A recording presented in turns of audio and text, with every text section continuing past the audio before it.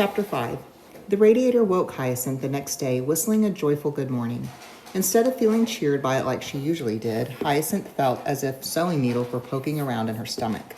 It was Sunday, the official start to Operation Biederman. Through her window, she could see the last wrinkled leaves gripping the branches of the ancient red maple, refusing to drift down to the ground until absolutely necessary. Hyacinth could tell Lainey was still in a deep sleep without even looking at her. Lainey made a funny whistling sound when she slept. Hyacinth climbed down from her bunk, shoved her feet into her bare slippers, and tugged on her favorite fuzzy sweatshirt, which she had stolen from Oliver. She stepped over his snoozing friends and crept out the door, careful to turn the doorknob in that special way to keep it from squeaking. Despite being second to last in the Vanderbeeker family line, Hyacinth often felt she was the true middle child. Of course, Oliver had earned that right by being born between two sets of sisters, but he had the honor of being the only boy, which held him apart. The twins were exactly the same age, so in Hyacinth's mind, they sort of counted as one. If you didn't include Oliver because he was a boy, that left Hyacinth taking the true middle spot, fending for herself in a household of loud, strong-willed, attention-grabbing siblings. To get her fair share of time with her parents, Hyacinth had developed the habit of getting up early. She tiptoed downstairs. Her dad was sitting on the couch, cradling his mug of steaming coffee, a thick book opened before him. Paganini was hopping in bizarre patterns around the living room carpet, periodically flinging himself into the air and spinning as if auditioning for a Broadway show. George Washington lay sprawled on his back, lazily swatting the bunny as he zipped past. Hyacinth stepped around the animals and snuggled in next to her dad. He slipped his arm around her, drawing her close. He smelled like coffee and peppermint drops. "Papa, why does the Biederman hate us so much?" Hyacinth asked. Papa kissed the top of Hyacinth's head. "Hate is such a strong word. I definitely don't think he hates you. I think he's unhappy, which has nothing to do with you kids." Hyacinth thought about the Biederman mission they had planned for that morning and was glad they were going to do something so nice for him. Then she felt ashamed that she was too afraid to do the first mission, even though all her siblings wanted her to. "Papa," asked Hyacinth. "Yes." "How can I get more brave?" Hyacinth squeezed her eyes shut and curled in nearer to Papa. She was afraid he would tell her she would never be brave. "Why, Hyacinth, you're one of the bravest people I know," Papa said. "Really?" asked Hyacinth, her eyes popping open. "Really," said Papa. "It takes a super brave person to be as generous as you are, Hyacinth. Not many people are brave enough to be so loving." Hyacinth thought about this while she watched Paganini nibble on a stack of books and George Washington groom his ears. Papa smiled at the animals. Until one has loved an animal, a part of one's soul remains unawakened. Hyacinth looked at her father. "What does that mean, Papa?" "It means that animals make our hearts happy in a very special way. A French man named Anatole France said that a long time ago." The sound of a door opening and then another one marked the end of Papa and Hyacinth's morning alone. A faucet turned on in the upstairs bathroom, and they heard water whoosh through the pipes within the brownstone walls. A big thunk followed, which was most likely Oliver jumping off the last few ladder rungs of his loft bed. Soft footsteps padded down the upstairs hallway and paused at the top of the stairs. Lainey was awake. She descended one step at a time, the stairs creaking happily. When she got to the bottom, she walked to Papa, climbed into his lap, and nuzzled in close. And there they sat for a precious few minutes, Papa and his two youngest children, while the rest of the family awoke and the sounds of the city began its crescendo all around them. 10 minutes later, the Vanderbeeker apartment buzzed with kids and parents going in and out of bedrooms and bathrooms and up and down the stairs. When Isa came downstairs, she saw Oliver, his hair rumpled on one side, sitting slouched on a stool by the kitchen island, staring at an open book. She pulled out the stool across from him and sat down. "Do you really think we can win the Biederman over in 4 days?" she asked as she gathered her hair back and braided it in a long plait. Oliver spoke without looking away from the book. "Sure, and why don't we solve America's budget crisis and save the orcas while we're at it?" Isa paused. "So that's a no?" "Honestly," Oliver said, "I have no idea. I think your idea was brilliant." "Really?" Oliver perked up a bit. "Oh yeah," Isa replied. "I have a good feeling about it." "Then you should hear my other idea," said Oliver, closing his book. "I think we should use a combination of Lainey, Hyacinth, and Jessie. First, Jessie can pick the lock to the Biederman's door. Next, Hyacinth can torture him with her sewing needles. Then, Lainey can suffocate him with kisses and hugs until he Let's just hope the first idea works and he realizes how wonderful we are and begs us to stay, Isa interrupted. Oliver grinned. Too bad you're too nice. I could probably think of a way to get you in on the plan.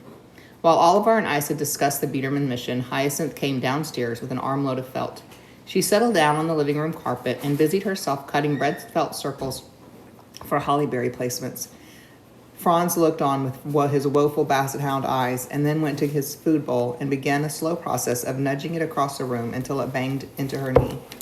Hyacinth recognized the gravity of the situation immediately. Oh, my poor Franz, you must be starving.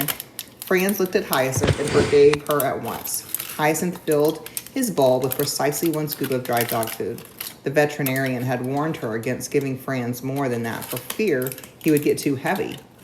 Oliver, who had been beside her at the appointment, muttered, too light, under his breath, just loud enough for Hyacinth to hear. It was a particular gift of Oliver's that he could say things that adults couldn't hear, but his sisters could. Hyacinth was feeding Franz when a disheveled Jessie came downstairs with her signature bedhead, followed by Laney wearing a glittery crown. We're off, Jessie announced to Isa, Oliver, and Hyacinth as she wrangled Laney into her puffy purple jacket and sparkly winter boots. Make sure to buy extra cheese croissants, Oliver said. Good idea, Jessie said as she grabbed a ragged scarf and wrapped it around her neck.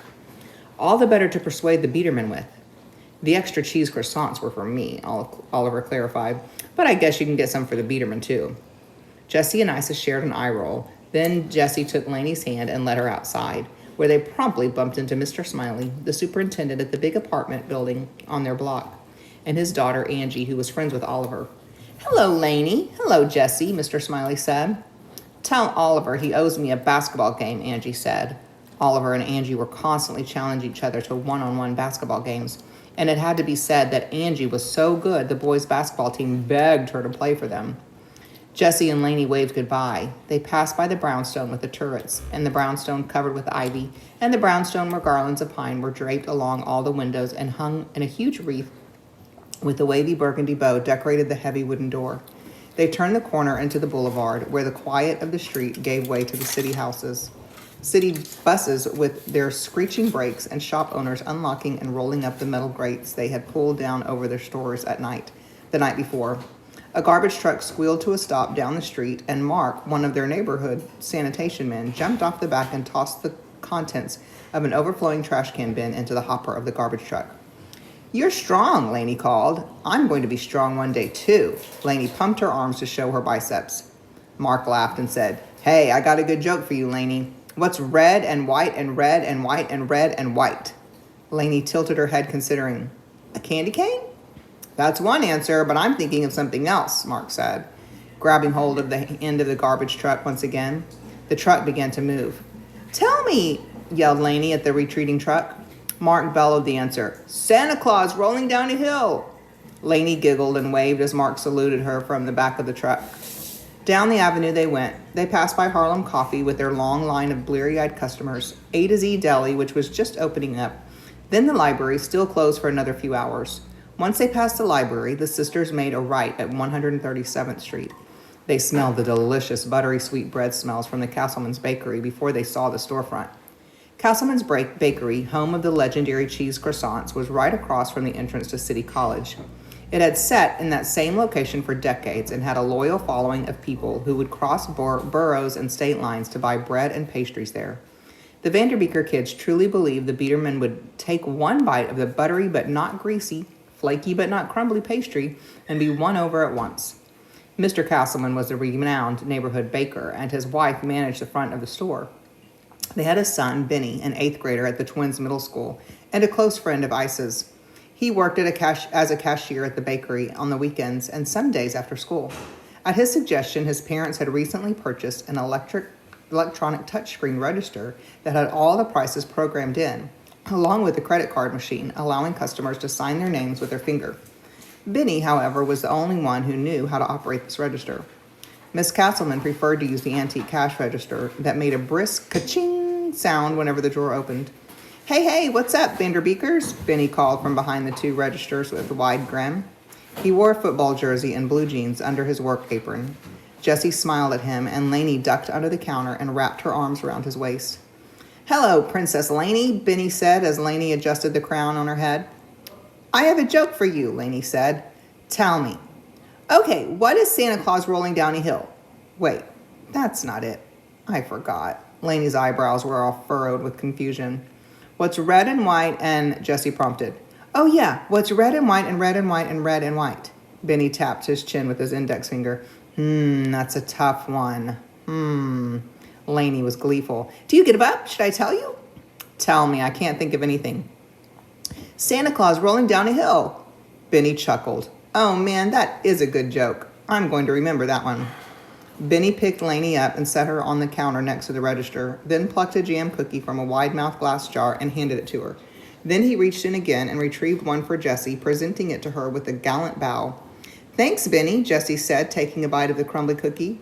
She had known him for so long that she forgot to call him Benjamin, the name he had decided he wanted to be called from the day he turned 10.